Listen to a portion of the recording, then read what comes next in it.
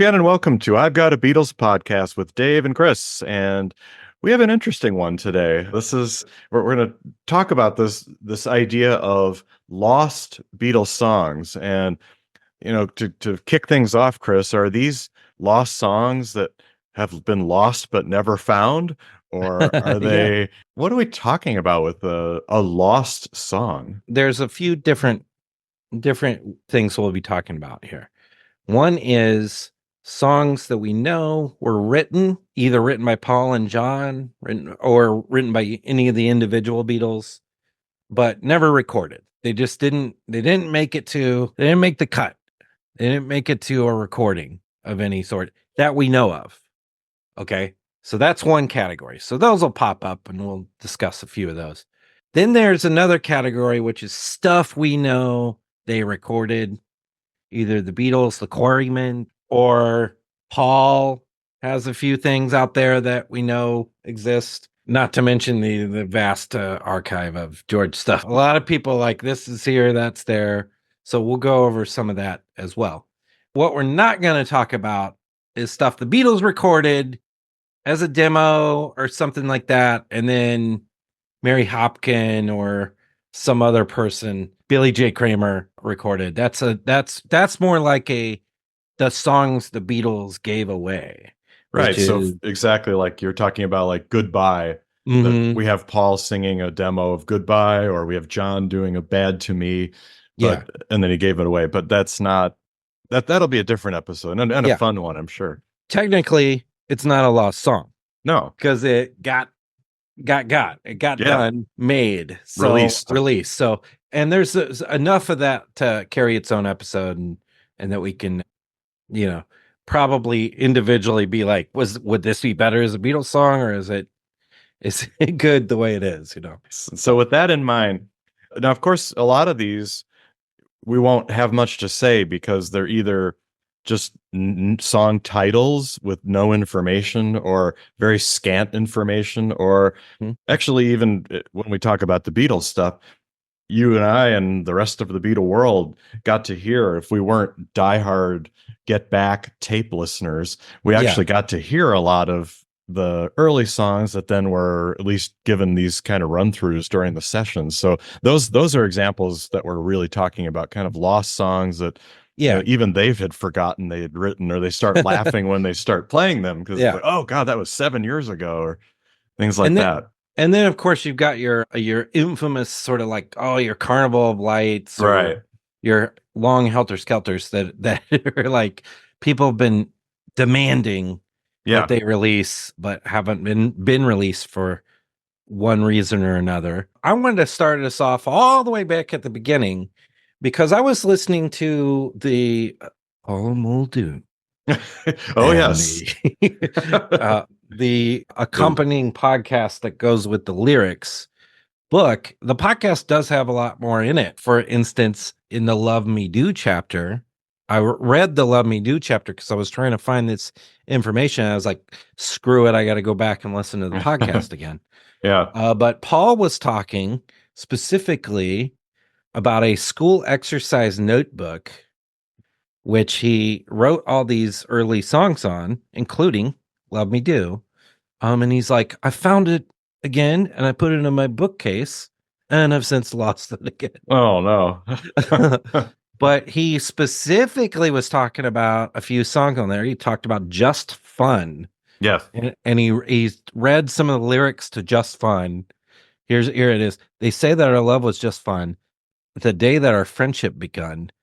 There's no blue moon that I can see. There's never been any in history, because our love was just fun. You can see him saying those exact lines in the Let It Be movie, because he jokes about it and talks about how, it was great. Yeah, it was really great. Yeah, even though it was really not great. And then he starts talking about Too Bad About Sorrows. And he says, it's sort of a little doo-woppy thing, Yeah. And then, of course, Thinking of Lincoln, that came up a few times in McCartney 321 and a few things like that. So it's these early things that I think if he found that notebook again and he was in such a mood, perhaps he could, much similar to the Unplugged, where he, and now in concert, The first song I ever wrote. Yeah, I lost my little girl. I lost my little girl. That's what I'm thinking of. So yeah, but I lost my little girl is part of this kind of crew of early songs that he and John were kind of working on. Best of which, I guess, is Love Me Do. Just not Depending on how saying you much. feel about it. Could potentially, maybe someday, an old Paul finds his notebook, does like, oh, why not I get these down? It would be interesting. I mean, do you want to also talk about those performances in, or kind of the resurrections in the Get Back movie while we're talking about them? Because it's Well, pretty, yeah. yeah, because like you said, Just Fun, as I mentioned, was in the Let It Be movie. And then also you can hear a run through on January 8th, 1969, which is sort of a skiffle-y song. It's kind of catchy, actually. I don't think it's so bad. Too Bad About Sorrows. Yeah, which was pretty. Yeah. Actually, I think I remember reading in the Playboy interviews. Now take it for what it is. I Yeah. think that was one that John said was Paul's trash, not mine. It's classic John. Yeah. Thinking of Lincoln was actually so that you hear a recording of that too, or run through on January 3rd, 1969. And also, that one sounds very Buddy Holly like. And they did, the Threedles did it too. When they had that jam session. Yeah. They ran through it, and you can hear them laughing playing through it too. So yeah, there's at least a few that were resurrected at that time. Yeah, and then Fancy My Chances with You, Yeah. obviously. That I guess technically is at a release now. And Yeah. and then I've Been Thinking That You Love Me is another one that and that one I don't think was in the movie, but they definitely tried a run through of it at some point. But yeah, that's the early songs, and there's the only evidence that they ever played it was in that Let It Be thing. But maybe somewhere out there is a forgotten tape or something that could be discovered. Who knows? There's one other that I also liked, was also supposedly a pre-EMI era composition called Because I Know You Love Me So. Oh, yes. And that was that one was pretty good and kind of finished almost. Yeah. So yeah, that's probably the most complete of any of the ones we talked about, really. Right. So. But it's fascinating to look at those early songs that they're just trying to figure out their way, and they're cliche. You can say, oh, that's an Elvis, or oh, that's a Buddy Holly, or oh, that's a doo-wop. But they seem to, at least they have fun with them in the movie, so that's good. Yeah. So then hopping back to the early years, there's Quarrymen tapes that are out there. There's a tape, I guess, that was recorded on the day that John and Paul met. Yes. So rough. It's just John. And then there's also Quarrymen tapes out there floating around that have a Lennon McCartney instrumental called Winston's Walk. Right. I guess after John, his middle name, or Winston Churchill. I don't know. Yeah. And then early versions of When I'm 64 and Ask Me Why, which When I'm 64, an early version of When I'm 64, I'm sure everyone would love to hear that. And then there's stuff that's just like, they know that the Quarrymen played that was originals. So Keep Looking That Way, Looking Glass, which was mentioned during the Get Back outtakes, but I don't know if they even played it. They did play it on January 24th, 69. And Paul says, how did Looking Glass go? And that was that's what he had to say. Yeah. So I don't know if I mean, what I'm saying is I'm not sure they ever made it through a real take of that we could listen to. And then we got That's My Woman and Years Roll Along. And really the only information we have on that is played by the Quarrymen. Not even sure if there's recordings of those ones. No. But there are some Quarrymen tapes out there. There are some also cavern recordings, obviously, that there was a taping that had some early One After 909 and a couple takes of Cat's Walk, I believe. Yes. Yeah. And then with Stu. That's right. And then mid 62 at the Cavern Club, recorded from the audience. There's a tape that includes cover versions of songs not available elsewhere by the Beatles, including Hey Baby, If You're Gonna Make a Fool of Somebody, and the Bobby V hit Sharing You. And McCartney bought that tape, so he's got it. And none of it was used for the anthology and probably has poor sound quality. Yeah. But those Cavern recordings, those early Quarrymen tapes, and particularly the Star Club tapes. Now, we've heard the Star Club tapes. They're rough. Everything I'm talking about, super rough stuff. Yeah. But Peter Jackson, he was on you can probably find this on YouTube. Peter Jackson talking about Star Club tapes on some podcast or something. Why does he ever come on and talk to us? I know. Actually, we'd probably just ask him and he'd come and sit He probably would for 3 hours. 3 hours or something. So maybe we'll do it someday. Yeah. But he let it slip that he has actually talked to Apple about, and he wants to take at least the Star Club tapes and do his AI learning technology thing to them and clean them up. So maybe if he's doing that, maybe there's a greater project that can include these missing Quarrymen things, these missing Cavern recordings and stuff like that. Well, yeah, because they're historically important. And even if they're awful to listen to, which they probably are. I mean, I'm thinking back to the Beatles Anthology 1.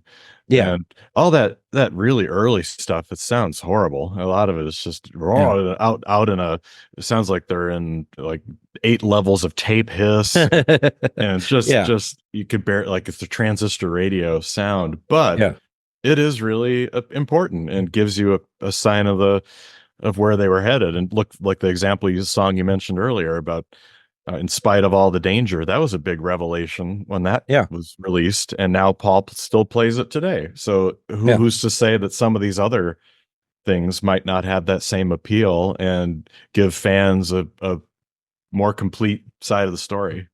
Yeah, and if we can use that Peter Jackson stuff to get rid of some of the hiss, exactly, then maybe we'd have some clean versions of this stuff we never heard before. Right. So, just wrapping up the early days stuff, there's a couple more things here. Several Lennon McCartney titles were mentioned in a 1960 letter from McCartney, including Looking Glass, Years Roll Along, and Keep Looking That Way. There's no evidence the tapes were ever made of those songs. Speculative titles also based on tape works in progress. So this taped works in progress gives me the indication that they could find these somewhere in the vaults. Some days you must write every day. Great title. Well, darling, Come On People, and I Don't Know. They're all from 1960. So I'm not sure what recording that would be. Yeah. Who would be recording that? Is it just recording, but it's like I pressed the button and the record button on my tape? Yeah, real primitive. Or what? So who knows where those are? Yeah. And then the one other Beatles song is Pinwheel Twist. Oh, yeah. From 1962. That's getting closer to a time when maybe there's a tape out there. Gotta hear that Pinwheel Twist. Pinwheel Twist, supposedly a spoof on the Peppermint Twist, one of those like hula hoop songs that you kind of those groovy early 60s songs. So I'd be curious to hear that one. But Paul, apparently that one had Paul on Pete on the vocal mic and Paul on drums. Whoa. So how about that? Maybe Pete Best knows something about that. Yeah, maybe Pete's got a Pinwheel Twist recording. Yeah. He plays for people that come to visit him. Exactly. Oh, you got to hear this song. Like, guess who that is? That's me. So, obviously, also, we've got the Decca recorded. The full Decca's never been released. The portions of it have. In fact, we did a whole episode on the Decca auditions and all of the extra songs and Paul's kind of oddly nervous singing and kind of the weird stuff on there.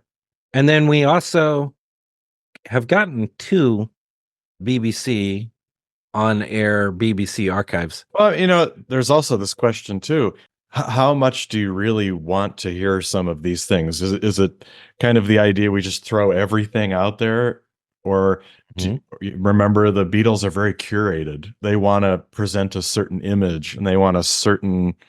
narrative. So if you have everything, all this stray stuff out there, half fragments, and I guess a fragment is half, but so like fragments and half Hmm. finished things, do you really want that out? Do they want that out there? So Yeah, I don't know. I I don't don't know. know. One would think that yes, we do want Yeah, at least yeah, the fans want to hear right, and judge for themselves. And it's not like if I hear like for instance, the next thing we're going to talk about probably Carnival of Light. oh boy. If we hear Carnival of Light and then it's trash, well, I'm going to take my Beatles posters off the wall or something. No, You know, I'm gonna we're not gonna spin Revolver anymore. Like, we're gonna stop what? doing this podcast. Yeah, We're what gonna, are we talking about here? no, of so, course not. so so the early and mid recording Beatles, I think most everything's come out in the anthology, right? Right, I don't think there's too much missing from that 63 to 67, right, right? Most everything's come out. And if anything hasn't come out, it will come out in the next few years when we get these more sets coming out right. of the early stuff. They're gonna dredge up some, you know, some of the vaults to pad out the, particularly if they do an individual out, like if they Oh, do like a with the Beatles for sale or Beatles for something. sale Yeah, individual thing, they're gonna have to like comb the vaults right. for outtakes to put on there. Of course, it would be great if we could listen to every single outtake ever in that section, but it would be a little tedious, I think. Yeah, Particularly if yeah. you've ever gotten like a bootleg like set or something, and then there's like one whole thing and it's Oh, all one song. yes. I once downloaded a Help Sessions album, and it had like 10 takes of Help in a row, Yeah, and it's not pleasant listening. I mean, yeah, if you're doing research, yeah, then it's interesting. But yeah. as a listen, it's like we've talked about before, those Bob Dylan sets that have 25 takes of Like a Rolling Stone in a Yeah, row. It's like, yeah. whew, no. But so most of the stuff's come out, but there are a few lingerers. Okay. So Carnival of Light's the big one that everybody is always asked about. Now, what is Carnival of Light, Dave? It's supposedly, it's shrouded in mystery, but what it Mhm. essentially is an instrumental composition by all four Beatles Yeah. that is very psychedelic, very supposed to be very trippy, and A little bit of a sound a collage. sound collage. Yeah, Yeah. exactly. Some sort of, yeah, kind So, of like a Revolution 9 earlier type thing. and it was actually commissioned, I believe, for a art festival. Right. So it obviously they played it at the art festival, I'm sure. And then, and I think McCartney said he wants it to come out. Yeah. So if McCartney says he wants it to come out, it's going to come out. So we'll get it someday. The only other person who's even talked about it was Mark Lewison, who said, Yeah. if I remember correctly, he said at a conference or something, he said, "Yes, I've heard it. I'm not sure you'll ever want to hear it. Yeah. It's not great." Yeah. I mean, y- is anybody, I mean, a lot of people hate Revolution 9. Yeah. And then in the next sentence, they're like, oh, we got to hear Carnival of Light. It's like, Yeah, well, exactly.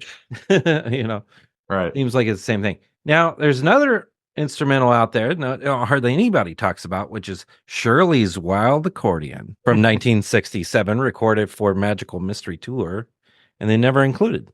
No. So, maybe a Magical Mystery Tour. That's why I think we'd get Carnival of Light, is if Yeah. they do a Magical Mystery Tour set that's kind of like these are other archive series are, then I could see a magical mystery tour / Yellow Submarine box set that includes some of these other things. And then you won't be like, this is crazy. And because in the context of Magical Mystery Tour, you've already got instrumentals, you've already got weird stuff. Right. So, Right. It would fit so pretty well, I yeah. think. Okay. So then there's a couple more songs here, etc. I've heard about this one. You big fan of etc.? Well, nobody's heard it No, I wouldn't because know. yeah, Paul. So this was he wrote this song with the idea Marianne Faithfull is going to take this song, and then she heard it. She was like, No thanks. so McCartney himself has not spoken well of etc. Hmm. Stated it's a bad song, and I'm glad it died in a tape bin.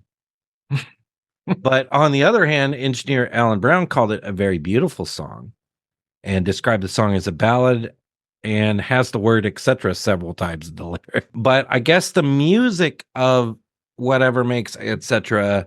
got transformed to end up to be Thingamabob, which we've Yeah. talked about from the Black Dyke Mills band, one of your That favorites. was Apple Scruffs. That's right. So yeah. So Weird.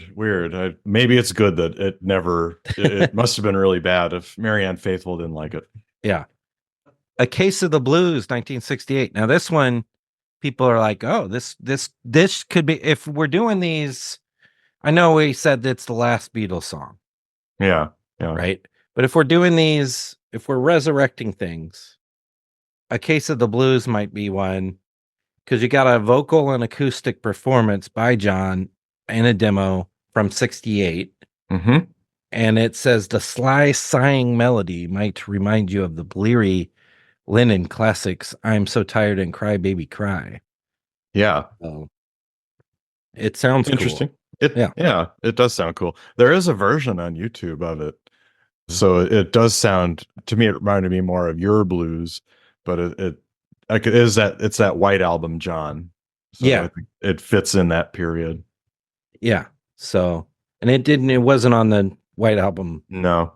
archives or anything like that. So maybe someday Yeah. it would leak out as a, like, Yoko's feeling nostalgic and posts it or something like that, Well, that's another question too, that I know we saw it in the Get Back movie, is that some of those fragments or some of those early songs and things were given titles. They didn't even have titles, and they were given titles so they could be copywritten. And so I wonder, yes, for things like A Case of the Blues or these tunes, who owns the copyright, or who owns it, or it's that the attribution might be part of the issue. And if you come up to the 50th anniversary of stuff, do they do a quick release, right? A sneaky Apple, where they put it on Apple for like a couple days where you could buy it and then it's gone. Yeah, just to keep the copyrights fresh. Yeah, through some loophole. So I don't know. And then we've got, this isn't technically a lost song, but everybody always talks about the super long version of Helter Skelter, which didn't come out. So this is like, how long is it? 27 minutes? 27 minutes is the story. That's what we've been told. Yep. You think we'll get that someday? Doubtful. Here's what I think. I think we will. And where it will be is Record Store Day. Well, like a special release, or like some sort of interesting. So it'll be like Helter Skelter on one side, and then flip the side, and it's it's the hieroglyphic thing, or some other long take or something. Huh?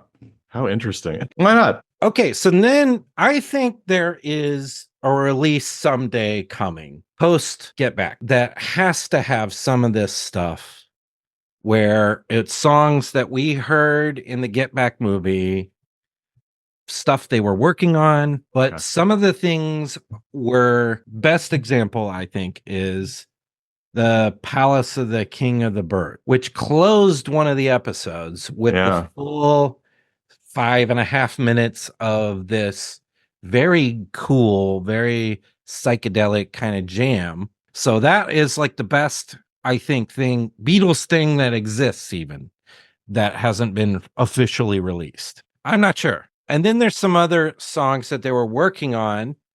Commonwealth, Madman, Watching Rainbows, Window, and then there are a couple jams like Black Dog Blues, and so there's like almost a full half-ass, not completed albums worth of tracks that they were working on, never went anywhere, never got completed. Right. So, and I know that Peter Jackson was like, well, why is this the last Beatles song? There's all that stuff from Get Back and they're all playing on it. So we could why not have Ringo and Paul just finish these up? So Well, that's a subject for another podcast because I have a lot of thoughts on that. Yeah. I think in some cases it's best to let sleeping dogs lie. And it goes back to what I said earlier about just having everything out there for the sake of completeness. And I'm not sure it's worth it to do that. Well, yeah, I really am not advocating necessarily for that. Yeah. But I would advocate for, even if they're not fully done things, along with a couple of those, like if they did a complete enough take of Too Bad About Sorrow or those early ones. And also there's some pretty good covers that they did.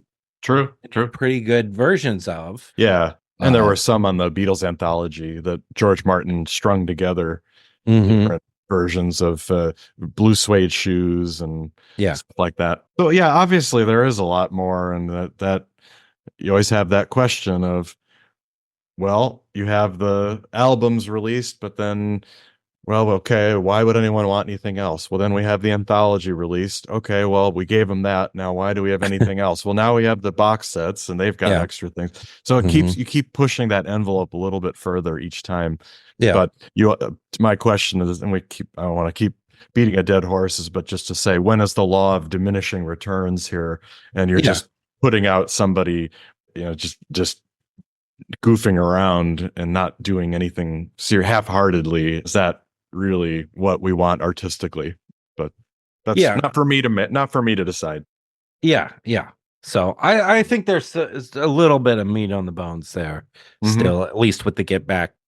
Yeah, that was helpful. Yeah. And partially with the Get Back sessions, some of the stuff we've heard over the years have been like obviously bootlegs. Yeah, very true. Like, if we cleaned it up with the Peter Jackson methods, can we get a good 10 to 12 tracks out of it? Probably. Sure. So that's why I think I'd like to see it happen. Who knows if it will happen? Yeah. So that's why we're calling it Lost Songs. Cat Palace of the King of the Birds, which is right. Okay, so now that we move out of the world of the Beatles and into the world of solo lost stuff, and I was surprised at a few of these, that there's at least one full lost album, for instance, from Ringo. But I wanted to start with John because there's not much lost, not much meat on the bones there, except for this guy, Rip Rinse, riprinse.com, RENSE. RIPRENSE. He's, I guess, a Beatles fan contributor a lot. Yes. And he's got his own blog here. And his blog is interesting in that he minces no words of like, this has been unreleased, you should release it, And he's talking John Lennon wise, he talks about this song, Memories, which this song started as a song called Tennessee. And apparently it was something about Tennessee Williams. And then in 1980, changed it to Memories with a very complete multi-verse version. And the long-standing fragment, Howling at the Moon, worked in as a middle 8. While the lyrics read as if finished form, there are a couple of rougher patches that one assumes Lennon might have worked out on further. He accompanied himself tidily at the piano and overdubbed syncopated acoustic guitar lines here and there. Memories was finished in 1980, but Lennon kept it off the shelf during the sessions for what became Double Fantasy and Milk and Honey albums. Perhaps he wanted to polish it further.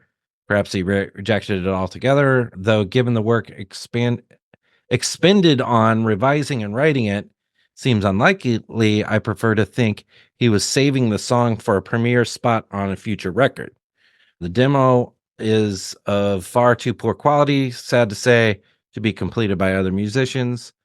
But he's saying, let's not forget the song, and maybe somebody else could, maybe Sean or somebody could pick it up and do it.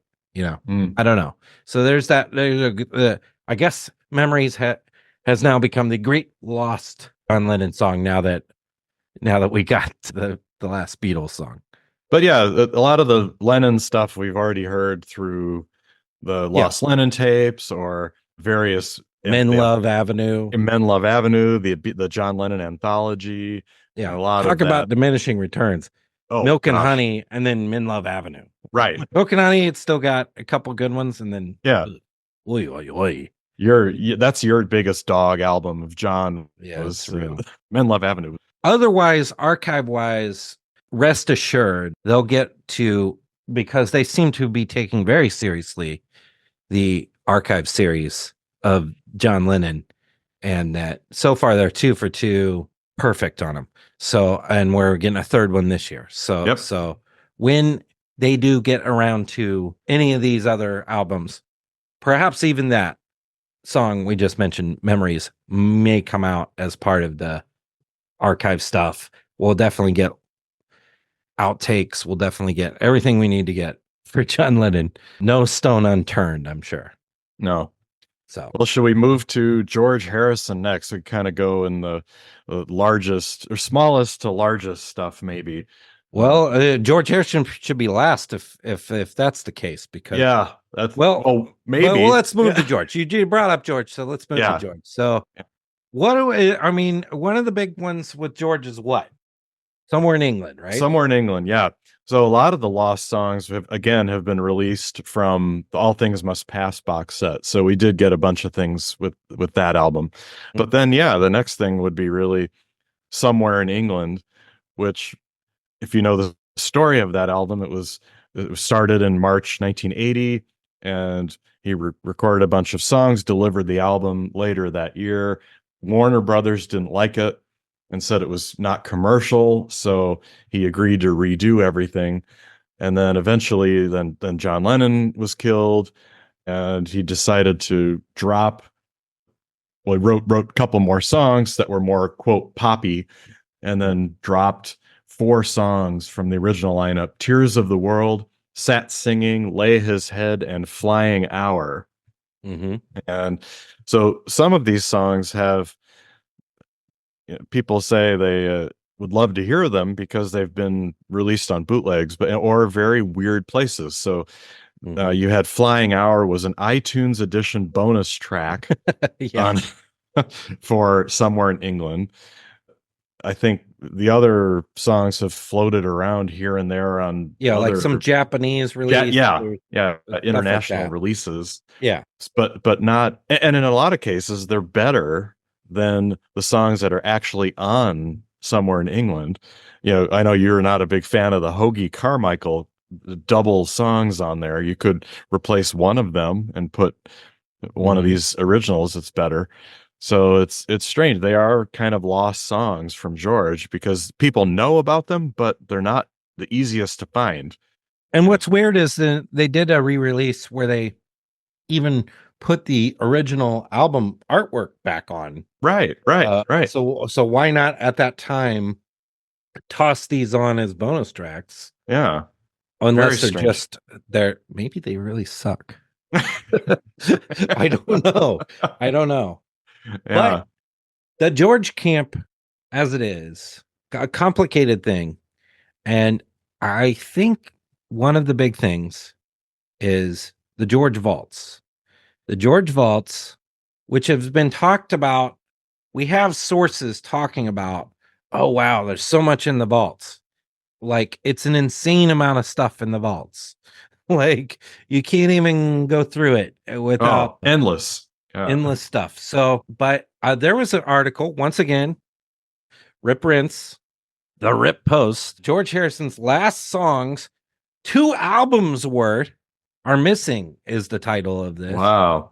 And he's talking about when he did some interviews, and he said that there are 37 or 35 new never released Harrison songs, depending on what interview you read, from George, when he was still alive, said, "Oh, I've got all these songs. I got 30 songs, 30 plus songs."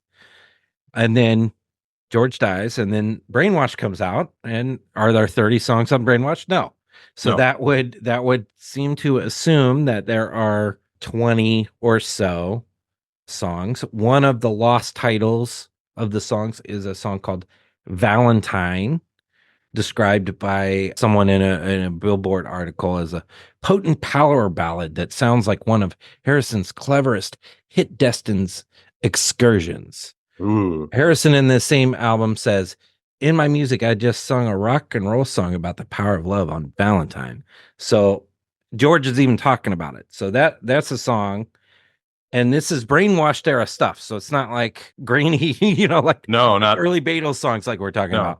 about. So I think there's some potential there of, and obviously they completed Brainwash. They obviously went through these tracks and selected the best ones for Brainwashed, but perhaps a few of the stuff that they left on the cutting room floor could come out potentially if they did an expanded Brainwashed, or even just a fresh Yeah. George late takes, Yeah. Yeah. Yeah. I like that. something Yeah. like that. But the biggest, I think, hindrance to any of this is just that the archives of George Harrison seem to be an absolute mess, and not just a mess, but like a large amount of stuff. And Giles Martin's gone through it and said there's so much there, Yeah. And Ken Scott, the Engineer. engineer, he said, I also this is also from this article from Rip. I also started to deal with his tape library, and it was a real mess. It was really hard to find anything. My initial idea was I was going to be spending a lot of time helping put together what became the Brainwashed album and sorting out all his other material. Mm. So all his other material indicates to me it's not just the Brainwash stuff. There's older stuff probably. Yeah. And Jim Keltner, I think, has said that, well, I know there's stuff there because I played on it. Well, that's the thing. Played. Yeah. You have So, George had a studio in his house, like Paul, and he yeah. always had people over. So if, they weren't just sitting on the porch looking at the stars. They had to be recording and getting stuff together. And I've said this many times before, but I have no faith in the Harrison camp because they just have been so lackluster with we've had one release and that's it. I don't understand it. I really don't get it. Yeah, I don't get it either. And there's also like Olivia said, there's lots of demos. Yeah, yeah. And he said, I'll never finish. George himself said, I'll never finish them. I'll have to give them to Jeff Lynne to finish, Right. and stuff like that. So there's a quip. I like this article because it ends with this quip that George said when he's talking about Free as a Bird and Real Love. He says, I hope someone does this to all my crap demos when I'm dead, making them into hit songs. Yeah. So Well, he's given us permission. let's do it. Take it. Let's take it and let's do something with these, and let's hear some of this stuff. It just seems like, man, George Harrison's archives, you just want to get in there and I know. hear this stuff, Definitely. So I'm sure it's probably a frustrating thing to go through all of it if it's such a mess, if a lot of it's stuff that's just jammy stuff that goes nowhere, Yeah. or unfinished this or that, Or people talking for 2 hours. I think that was Yeah, part that of was what Giles was like. Yeah, you'd put a thing on and you'd be ready to hear something, and then it would be just tape running while people are just jerking around. Yeah. So, but it's the biggest untapped. Yes. Tapped out. Paul semi tapped out. We'll talk about Paul. Yeah. But semi tapped out, and then Ringo. But Well, that's we have a good one coming up right yeah, we got a good Ringo. Yeah. But this is the biggest. This is why I'm like the last, because it's the potential of, like, you could go in the archives, potentially you could find albums' worth of stuff that he just was like worked on a little and then lost interest because of some other thing. Right. Exactly. So, yeah. Well, Yeah. so let's move on to Ringo. So Yeah. the big story, and this is another kind of well-known story, but there is an unreleased collaboration that Ringo, or an album that Ringo did Hmm. in the 80s. And so here's a little bit of the story. So he was in Memphis to work on a solo album in 1987, and he recruited a bunch of people. So Bob Dylan was supposed to be involved, and Eric Clapton, and Yeah. all these people. So Dave he met, Edmunds. yeah, Dave Edmunds, right. So he met this producer named Chips Moman in the Yeah. Bahamas. And Yep. so they said, "Oh yeah, let's work together. This will be great. We'll work for a couple months here, really get this going." But there was a problem at the time. I have a quote here that Ringo admitted that he was drinking around 16 bottles of wine a day, Wow. That's which a lot is of wine. that's a lot of wine. It's a lot of trips to the bathroom, I think, with that amount of wine. And so he was really having problems. And so he was not happy about the album because he thought he sounded drunk on the songs, and it was poorly recorded and all of this. So he refused to have it released. But then Chips Moman said, "Oh no, it was it was fine actually. He sounded really good. I think we need to release it." And so then it was an ugly lawsuit, and so Ringo had to buy the tapes for $75,000, and they just never spoke to each other again, basically. So Yeah. I would doubt this one ever comes out, yeah, even like the full tapes, because part of the thing was Ringo stopped drinking, and there was some songs like one of the songs on the album was called Whiskey and Soda.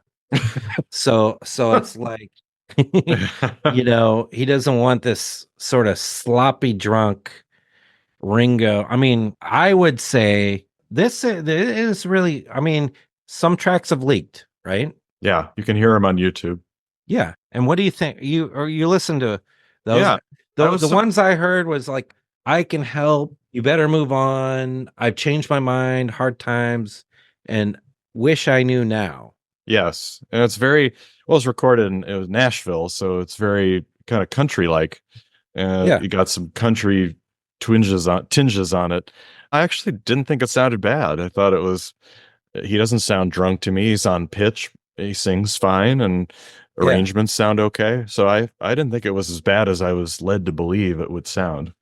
Yeah. Did you have the same Oh, reaction? absolutely. And Yeah. I'm like, you know, I would think maybe after Ringo is no longer with us, perhaps it would Mm, be okay for these to come out and we listen to understanding. yeah. Okay, he was a little drunk when he did these, and then he cleaned himself up. So good for him. But yeah, kind of.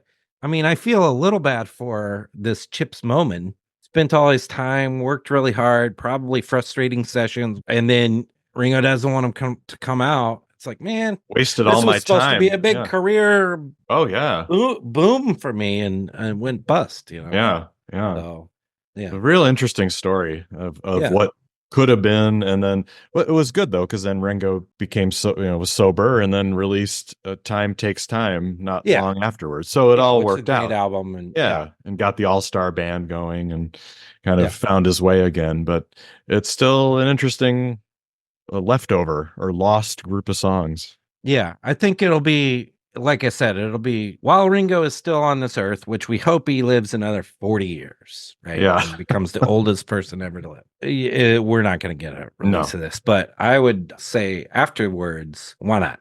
Yeah. Yeah. Because it's nothing to be embarrassed by, at least what we heard. Yeah, All right. uh, So shall we move on to the big yeah, granddaddy here of that's right. Paul So McCartney? the good thing about Paul is that in the archive series, whether or not the archive series is dead, is that while the archive series has come out, at least most things that were B-sides or outtakes or things like that have trickled out through the archive series. So that has cut off a lot of these lost songs of Paul over the years.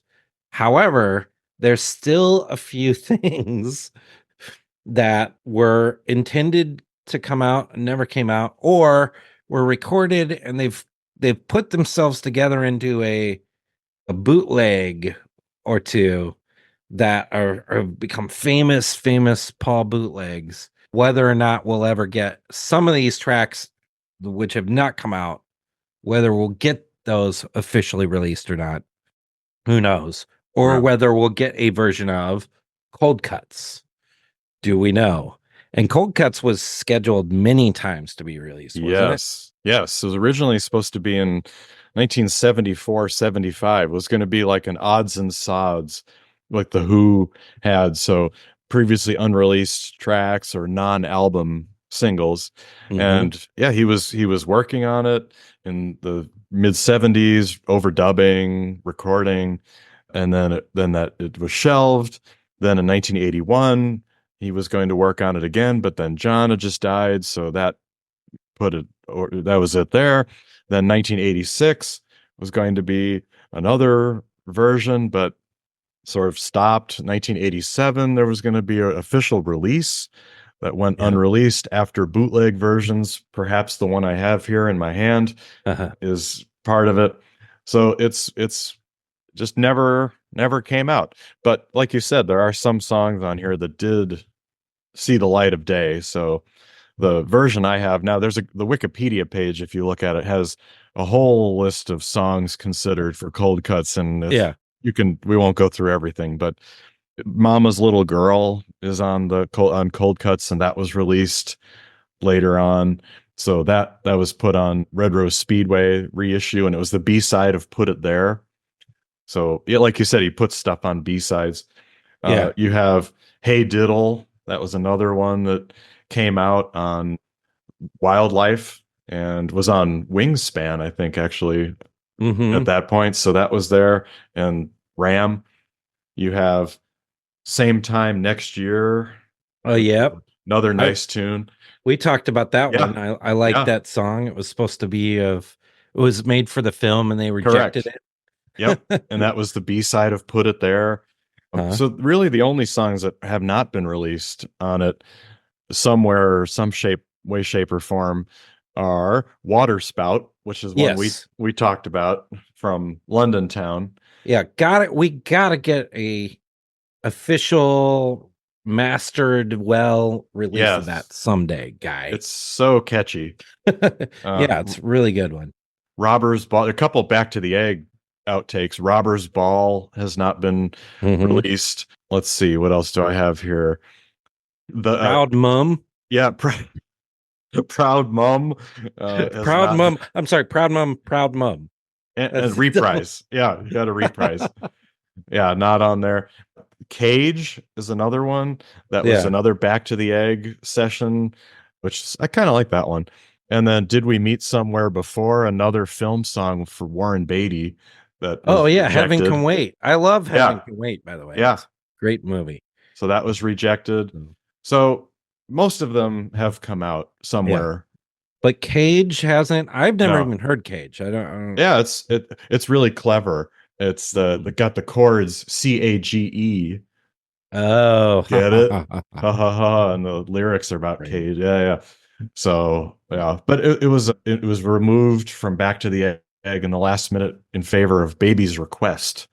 Yeah. Kind of an interesting choice. So, Yeah. but yeah, Cold Cut. It's a pretty good listen. I think it's nice to hear it on my LP that I have here. But yeah, it's sort of a non-issue except for a few tracks now.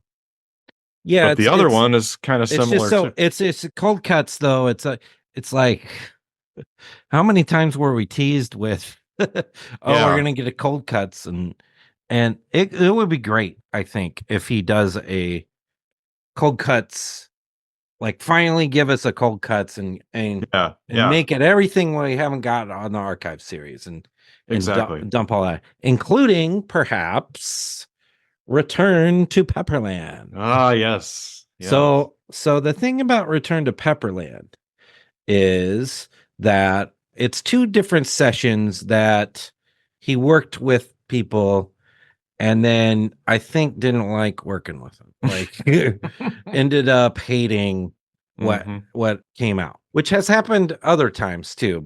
Yeah. But the two people I'm talking about is David Foster. Yeah. So the David Foster sessions were in '84, and one of the tracks, one of the funniest unreleased tracks, is Lindiana, Yeah. which I it's crazy if you Yeah. think Linda and Indiana, I guess. Great combination. And then I love this house, which I guess it trickled out as a B side, but we haven't. We've only gotten in the archive Yeah. series. It was in Ubu Jubu, Right. Right. but it wasn't like cut out of that, so it doesn't quite have the right mastering. No. And then there was also he also did an early version of We Got Married, so that ended up making to be a good Yeah. song later. So Flowers in the there's dirt. so there's that. Okay.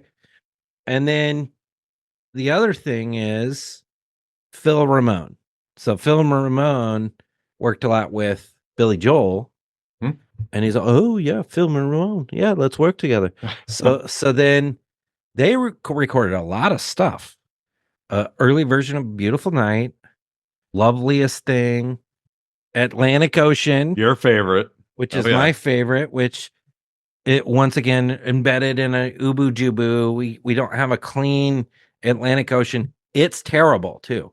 Atlantic Ocean, but it's so terrible you have to hear it. Yeah. And it's like long too. It's like almost 7 minutes long. Long.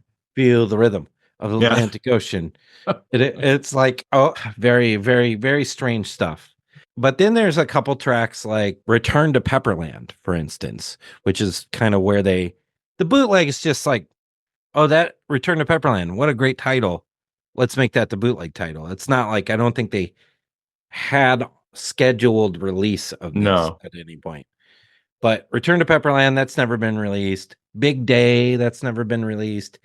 Peacocks, like I've That never was on heard any of Ubu these too. Jubu. Yeah. I haven't heard any of these. I could No. probably find probably find these on YouTube, some of them, but there's a whole bunch of session here.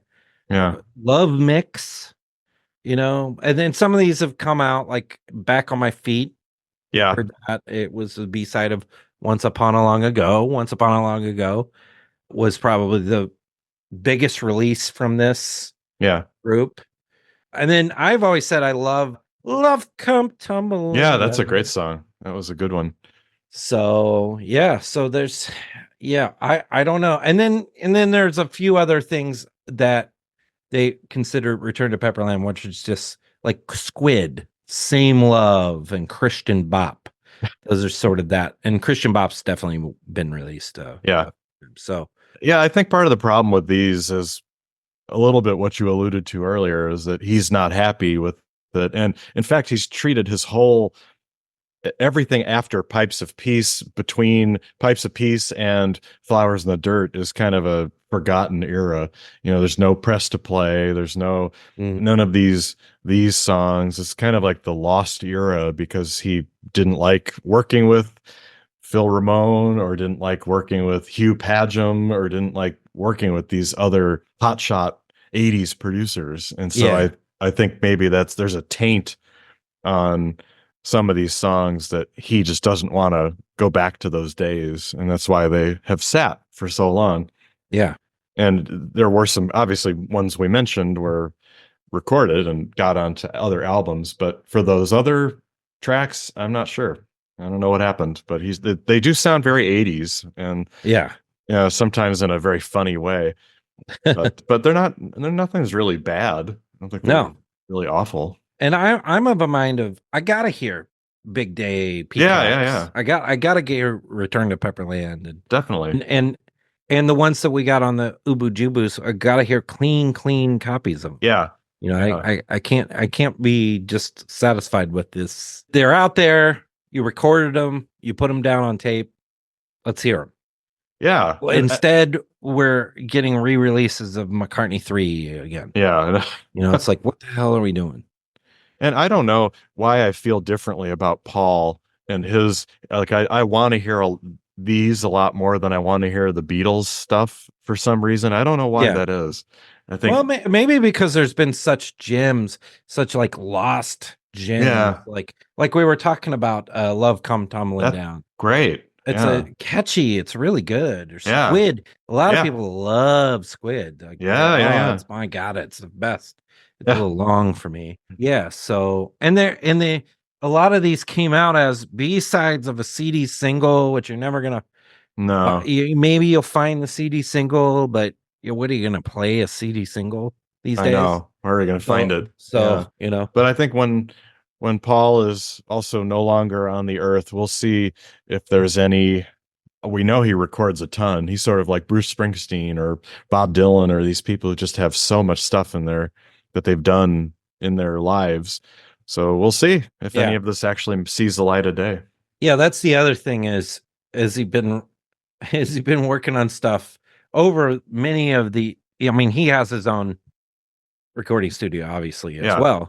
So has he done any McCartney 3-esque experiments that are just on a tape that Yeah, you know, exactly. someday one of these children will be going through and Right. we'll be cross at Right. whoever the James or whoever's in charge of Right. go through these archives quicker and release these things immediately, you jerk. Yeah. Yeah. Good So question. yeah. But So anyway, as we kind yeah. of wrap up this episode, there are a lot of lost songs, Yeah. even though we think, or we've been not led to believe, but we have this perception that, oh, everything's out there and Yeah. we have it all. You could find it maybe on YouTube and Yeah. through other various channels, but it's not commercially released, a lot of Yeah, it. I got these Beatles bootleg from the Let It Be sessions. Yeah, me too. Sounds so horrible. Awful, It awful. just I know. I have some LP I bought from a Beatle Fest 30 years ago, and I put it yeah. on the other day. It's just terrible sounding Yeah. of all the Let It Be stuff. But I wore out my cassette that had Not Guilty and What's the New Mary Jane on it Oh yeah, yeah, before and now and those are different versions too. So I right. almost like to can we find those versions and put them Yeah, yeah. out too? So, but those to me were Not Guilty to me was the Oh top yeah. Holy tier, Grail. greatest holy grail of lost songs until it got unlost by being included, thankfully, on the anthology. Yeah. So, and there's been a little bit of speculation and perhaps a extended anthology because anthology Mhm. has been so long ago now that it's like, well, it could use especially the early tracks of anthology could use the Peter Jackson method Right. on it, so maybe we'll get some more of the, Carnival Yeah. of Lights and stuff like that. And We'll maybe see. we'll get some of the early, Quarrymen and Yeah. some things like that, but who knows? Everything Who knows? moves at such a snail's pace too. Definitely. And Definitely. it's like we want everything to come out kind of cuz some of us are getting kind of old. you And then know. yeah, I exactly. mean, I'm Let not that alone, old, but but compared you to know. people who are first generation fans, yeah. Yeah. As we wrap up today, the good news maybe is that there's no news to report. We don't have Yeah. to get into No, that. no Uh, news is good news. no news is good news at the moment. So we'll take the last minutes here to I'll read you a comment in our Please Mr. Postman segment here. Great. And I want related to our last episode on the Band on the Run deluxe, super deluxe, and track by track. So this is from listener Brian, who says, I don't know. I don't feel this has aged too well over the years. Mamunia, No Words, Picasso wouldn't be good enough for a Beatles album, but they Mm. show up here as typical McCartney filler on side 2. That at least is saved by Helen Wheels on the US version. Okay, so Thoughts? I mean, that's a legitimate opinion. Yeah. I mean, we talked Not about in our episode that Picasso's Last Words is probably the closest to a filler track on the yeah. album. I had a friend of the show, texted me and said he enjoyed the episode, but he disagrees and he agrees with my take. I like he was talking to me, so I'm sure he also agrees with your takes. But on everything except for he likes the inclusion of the callbacks. So Picasso's last words. Yeah. So, which I said, I think they're tacked on and weird. Yeah. So, well, always good. interesting. It's great to get feedback. It's great, very exciting to hear from people, and I always enjoy it. And the last thing we wanted to mention about the newly reignited video cast. That's right. Song Album Career, our YouTube channel. We recently released Stardust, but which, if you don't know the song Stardust, take a listen to our episode. Take a listen to the song. I think you'll get a lot out of our episode there. But we've also just freshly released "Save the Last Dance for Me," for a song from the Drifters, and then many other people, Emmylou Harris, and many other people. So we got a couple songs come out. We're also going to start seeing some old I've Got a Beatles podcasts, maybe a little bit edited up, sort of refreshers on some of our old I've Got a Beatles podcasts on that channel as well. Yes, It Is will be the first of those, and that should drop sometime in the next few weeks. So look forward to that. We've got another one in the can, and we're working on another one, and we got some of solo ones will be coming out. So you'll start seeing a lot more on Song Album Career on YouTube. So please go to Song Album Career on YouTube, subscribe. If you watch a video, like it, and help us get a little bit of traction over there on our YouTube channel. Exactly. Yes. Good. Can't say it any better, so I will leave it there today and say thanks again, as always, for listening. And if you have email, you can email us at I've Got a Beatles podcast at hotmail.com. And we will be back at you soon with a new episode.